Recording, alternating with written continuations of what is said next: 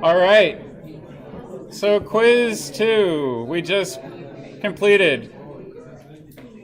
Once in a while, I notice students have what I call a bad case of WES. It's wandering eye syndrome.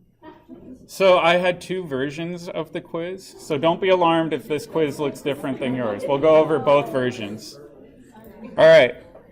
So because of wandering eyes, we'll take a look at 2 different ones. So if you didn't have this one, we'll just practice. All right, so in this first problem, we've got a primary alcohol, and we've got this reagent with sulfur, 2 chlorines, and an oxygen. Does anybody remember what this is called? Thionyl chloride. So what does this do to our alcohol? Not quite. So what it does is it will change out that alcohol for a chlorine. Nice and easy. It's a pretty efficient transformation of an alcohol to a leaving group that way. All right, next one. We're going from a primary alcohol to an aldehyde. How do we do that? PCC. We have to use a gentle oxidizer like PCC. What happens if we use chromic acid? It's going to make a carboxylic acid. We don't want that to happen. I know. Let's keep the volume down. I know everybody's super excited, but let's do the next one. We've got an ester. What does an ester do if we have excess Grignard reagent around? We'll add twice. Yep.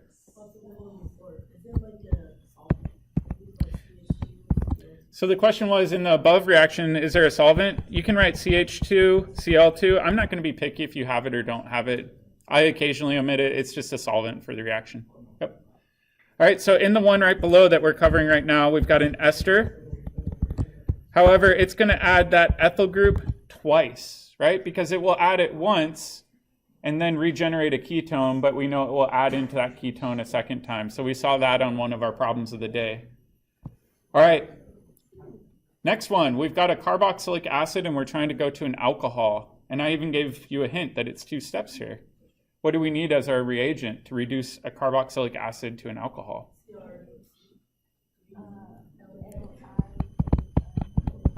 Lithium aluminum hydride. We need the stronger reducing agent. And then in step 2, we need to ensure that things are protonated. So in the second step, we add our proton source.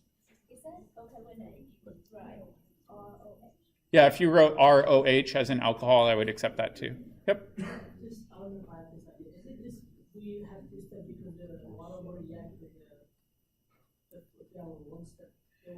Yeah, that's a good question. So the reason this is 2 steps is lithium aluminum hydride is a really good base.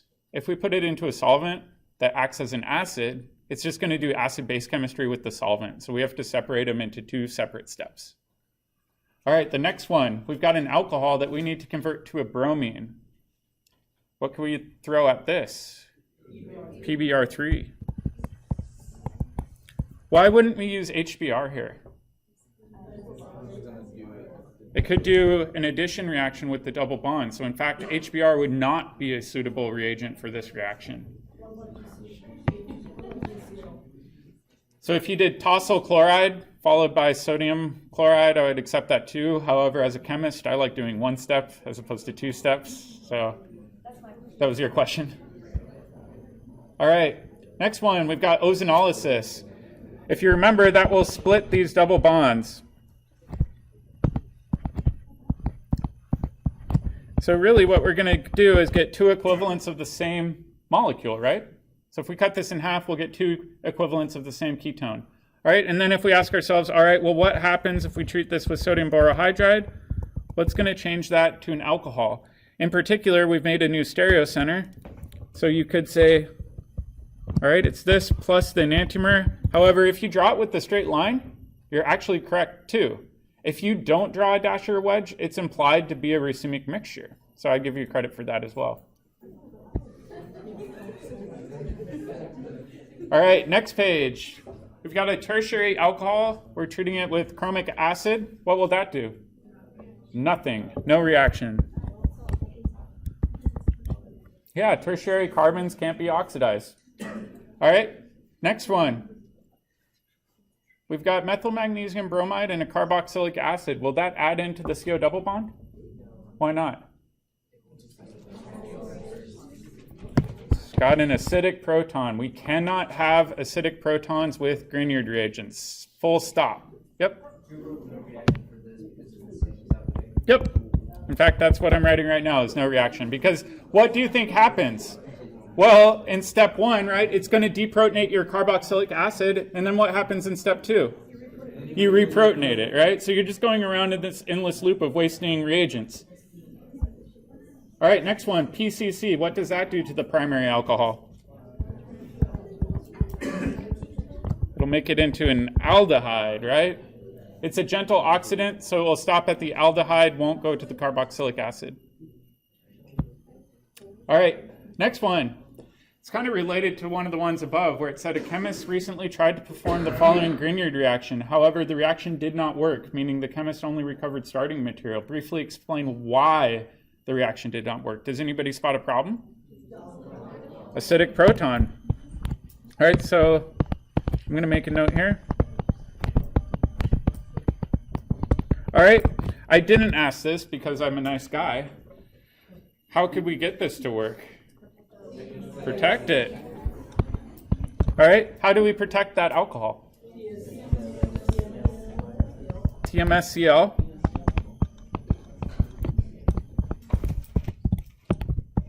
Okay, if we had done that, then we could have reacted this with methyl magnesium bromide, followed by water. The TMS group would have taken care of protecting that alcohol, so I'll write that in.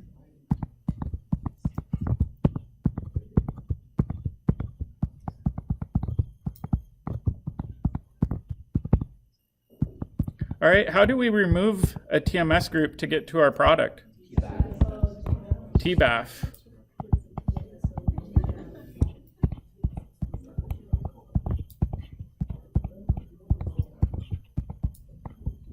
So there we go. If we wanted to find a workaround where we could add a Grignard reagent into that aldehyde, we would have to remember to do the the protection with trimethylsilyl-chloride, the TMSCl, and then the deprotection with TBAF. So be aware of that, especially with the exam coming up.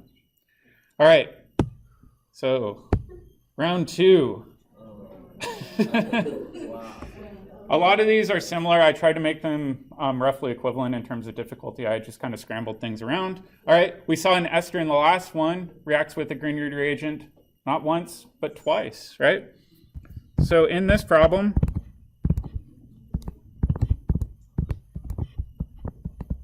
we would get 2 equivalents of the ethyl groups added into that carbonyl center, right? All right, next one. How do we get a primary alcohol to go to the carboxylic acid? Yeah, chromic acid, Na2Cr2O7, H2SO4, and water would do the trick.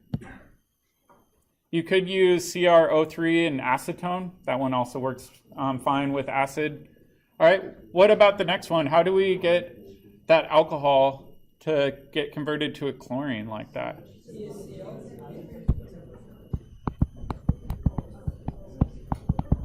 Why wouldn't we use HCl here? It would rearrange, right? So this would also have a pitfall of rearrangement, because if we protonate that alcohol, it would fall off as water. It'd be a secondary carbocation that would rearrange. All right, next one. It's a little bit different. We've got lithium aluminum hydride and water. This is actually pretty similar to what we saw in our lecture. It'll actually ring open it, right? So if we think about it, we've got 1, 2, 3, 4, 5. That means we're going to have a 5-carbon backbone and 2 alcohols. 4, 5. And this would be our product from that. All right, next one. We're going from an alcohol to a bromine. This is, again, just PBr3. All right, next one's a little bit more challenging. MCPBA, what does that do to an alkene? Anti-addition of alcohols. All right, do I have to worry about enantiomers here? Why not? It's a meso compound, so the enantiomer is itself, so no mixture here. All right, next one. We're going to treat this with chromic acid. What will that do to the alcohols? Make a diketone. Looks like that. All right, next one. Got a primary alcohol and chromic acid. In fact, this kind of gave the hint away in the first page. That will convert this to a carboxylic acid. Remember, if we wanted to stop at the aldehyde, we'd use what? PCC. All right, next one, ethyl magnesium bromide. Will that work here? Nope, we've got an acidic proton right here, so this would be no reaction. All right, what about the next one? Also no reaction. Why? Yeah, because it's a tertiary carbon. We can't oxidize those. All right, next one. Explain why. Again, related to the previous quiz, I tried to make them equal difficulty. This is an acidic proton. All right, so I know I'm kind of beating this drum all year long, but if you walk away from this feeling just down in the dumps, it's okay. Your lowest quiz gets dropped, and even with that, the quizzes aren't worth a giant portion of your overall grade. However, if you walked away from this feeling crummy, what does that say about the next exam? You got to sit down and study and make sure you fill in any of the holes remaining from this chapter, because it is a lot of material to cover. I know I'm asking a lot of you. Organic chemistry is a notoriously challenging course. I don't know any student that has ever left organic chemistry and thought, wow, that was super easy. It's the nature of the course, but my hope is we can get through this together. If you need to schedule appointments with me, feel free to do so. If you want to get a study group, even better. I think oftentimes learning tips and tricks from your friends is the best way to go about learning. So I would really implore you to get together with study groups, especially with the ether chapter. How many of you, just to be honest, didn't look at the ring opening of epoxides? Ring opening of epoxides. This is our reaction map for ring opening of epoxides. Just one reaction map for this chapter. We've got to make sure that we master this. This becomes a really challenging tool to incorporate into synthesis, but it's also a really useful tool. So we need to know how to do ring opening of epoxides. It's really, really important that we do that. So make sure between now and next Tuesday, you go through this chapter. Try to be proactive about asking me questions. Try to be proactive about getting study groups together. Make flashcards. A few people ask me about flashcards. If you go on the class handout section of the class website, I actually made flashcards for you. So you can go and just cut those out into strips and use those as well. Whatever you need, just try to email me and we'll try to get everybody to be as caught up as humanly possible given the power outage kind of throwing a wrench in things. Make sense? All right, if you have Monday lab, we are meeting today. We're just doing week 1 of the spinach lab, not week 2, obviously. So we'll meet upstairs in a little bit. Sound good? And if you want the synthesis problems, I'll leave them up here.